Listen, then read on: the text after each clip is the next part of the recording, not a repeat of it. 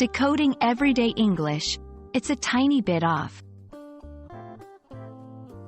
Hello, everyone. Welcome to our channel, where we dive into the nuances of the English language, making it easier and more fun to learn. Today, we're exploring a phrase you might hear quite often in everyday conversations. It's a tiny bit off. This expression is a fantastic example of how English speakers use understatement to convey their thoughts.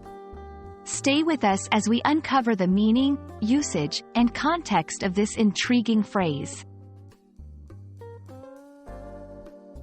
When someone says, "It's a tiny bit off," they're usually indicating that something is not exactly right or slightly incorrect.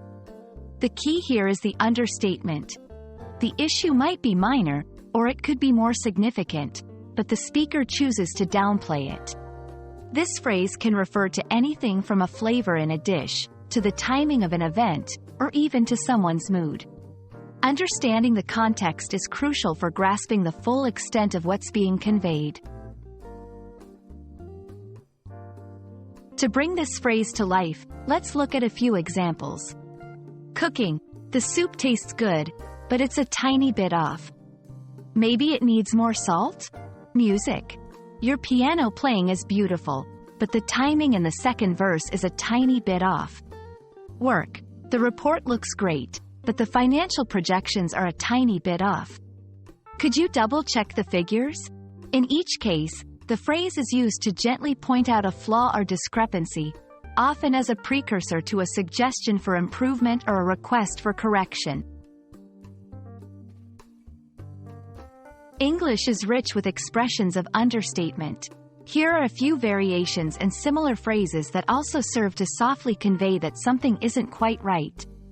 A bit off, a slightly stronger indication that something is wrong, without specifying the degree.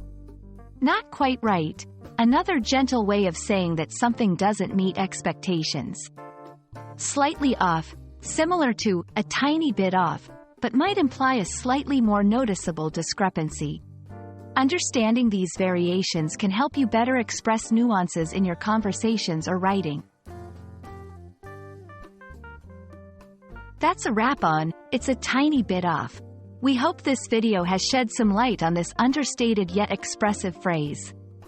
English is full of such nuances, and mastering them can add depth and precision to your communication. Keep practicing, and don't be afraid to use "it's a tiny bit off" in your own conversations to sound more like a native speaker. Thanks for watching, and see you in our next video.